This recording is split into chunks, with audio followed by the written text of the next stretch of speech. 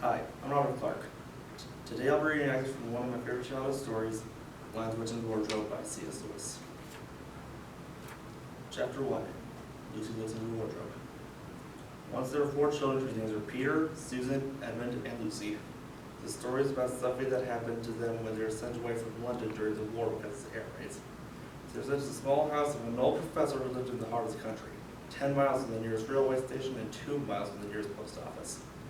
He had no wife and lived in a very large house with a housekeeper called Mrs. McCready and 3 servants. Their names are Ivy, Margaret, and Betty, but they do not come into the story much.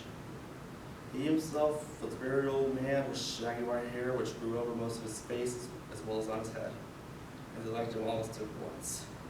And on the first evening, when he came out to meet them at the front door, he was so odd looking that Lucy, who was the youngest, was a little afraid of him, and Edmund, who was the next youngest, wanted to laugh and keep on pretending he was blowing his nose to hide it. As soon as they had said goodnight to the professor and gone upstairs on the first night, the boys went into the girls' room where they talked it over. They all talked it over. "We're falling on our feet, no mistake," said Peter. "This is going to be perfectly splendid. That old chap will let us do everything you like." "I think he's an old dear," said Susan. "Oh, come off it," said Edmund, who was tired of pretending not to be tired, which always made him bad-tempered. "Don't go on talking like that." "Like what?" said Susan. "And anyway, it's time you were in bed." "Trying to talk like mother," said Edmund. "And who are you to say when I have to go to bed? Go to bed yourself." "Hadn't we all better go to bed?" said Lucy. "There's sure to be a row for her talking here." "No, there won't," said Peter. "I tell you, this is the sort of house where no one's going to mind what we do. Anyway, they won't hear us. It's about 10 minutes walk from here down to that dining room, and any amount of stairs and passages in between." "What's that noise?" said Lucy suddenly. It was a far larger house than she had ever been in before, and the thought of all those long passages and rows of doors leading into empty rooms was beginning to make her feel a little creepy. "It's only a bird, silly," said Edmund. "It's an owl," said Peter. "This is going to be a wonderful place for birds. I shall go to bed now. I say, let's go and explore tomorrow. You might find anything in a place like this. Did you see those mountains as we came along? And the woods? There might be eagles. There might be stags. There will be hawks." "Badgers," said Lucy. "Foxes," said Edmund. "Rabbits," said Susan. But when next morning came, there was a steady rain falling, so thick that when you looked out of the window, you could see neither the mountains, nor the woods, nor even the stream in the garden. "Of course it'd be raining," said Edmund. They had just finished their breakfast with the professor, and were upstairs in their room to get set apart for them. A long, low room with 2 windows looking out in one direction and 2 in another. "Do stop grumbling, Ned," said Susan. 10 to 1 and it'll clear up in an hour or so.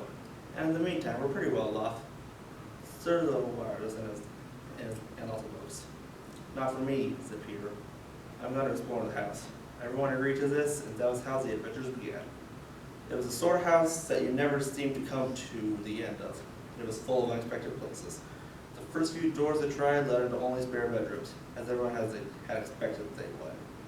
But soon they came to a very long room full of pictures, and there they found a suit of armor.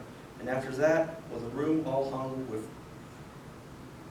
green, with a heart in one corner, and then came 3 steps down and 5 steps up. Then had a little upstairs hall and a door that led out to a balcony. Then a whole series of rooms that led into each other and were lined with books. Most of them very old books, and some bigger than a Bible in church. And shortly after that, they looked into a room that was quite empty except for one big wardrobe. That sort of had a looking glass in the door. There was nothing else in the room at all, except a dead blue bottle on the windowsill. "Nothing there," said Peter, and they all trooped out again, all except Lucy. She stayed behind because she thought it would be worthwhile trying the door of the wardrobe, even though she felt almost sure that it would be locked.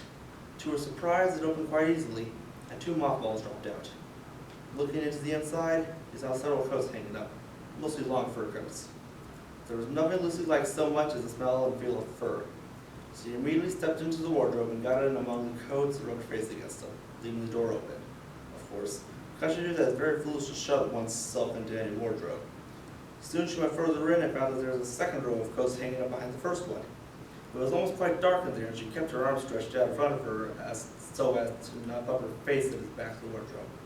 She took a step further in, and to her 3 steps, expecting to feel woodwork against the tips of her fingers, but she could not feel it. This must be a simply enormous wardrobe, thought Lucy, going still further in and pushing soft folds of the coats aside to make room for her. Then she noticed that there was something crunching under her feet. I wonder is that more mothballs, she thought, stooping down to feel of her hand, but instead of feeling the hard, smooth wood of the floor of the wardrobe, she felt something soft and powdery and extremely cold. This is very queer, she said, and went on a step or two further. Next moment, she found that what was rubbing against her face and hands was no longer soft fur, but something hard and roughy and prickly.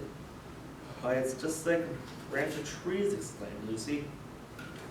And then she saw that there was a light ahead of her, not a few inches away where the back of the wardrobe ought to have been, but a long way off. Something cold and soft was falling on her. A moment later, she found that she was standing in the middle of a wood at nighttime with snow under her feet and snowflakes falling through the air.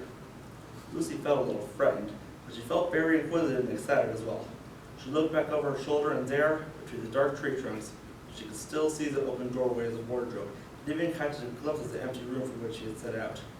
She had, of course, left the door open, or she'd use that as a very silly thing to shove oneself into a wardrobe. It seemed to be still daylight there. I can always get back if anything goes wrong, thought Lucy. She began to walk forward, crunch, crunch over the snow, and through the wood towards the other light. In about 10 minutes, she reached it and found it was a lamppost. As she stood looking at it, wondering why there was a lamppost in the middle of the wood and wondering what to do next, she heard a pitter-patter of feet coming towards her. And soon after that, a very strange person stepped out from among the trees into the light of the lamppost. He was only a little taller than Lucy herself, and he carried over his head an umbrella, white with snow. From the waist upwards, he was like a man, but his legs were shaped like a goat's. The hair on them was glossy black. Instead of feet, he had goat's hooves. He also had a tail, but Lucy did not notice this at first, because it was neatly caught up over the arms that held the umbrella so as to keep it from trailing in the snow. He had a red woolen muffler around his neck, and his skin was rather reddish too. He had a strange but pleasant little face, with a short pointed beard and curly hair. And out of the hair there stuck two horns, one on each side of his forehead. One of his hands, as I've said, held the umbrella, and the other arm he carried several brown paper parcels. What with the parcels in the snow, looked just as if he had been doing his Christmas shopping. He was a fawn. When he saw Lucy, he gave such a start of surprise that he dropped all his parcels. Goodness gracious me, exclaimed the fawn. This concludes my reading of an excerpt of The Lion, the Witch, and the Wardrobe by C.S. Lewis. Thank you for listening.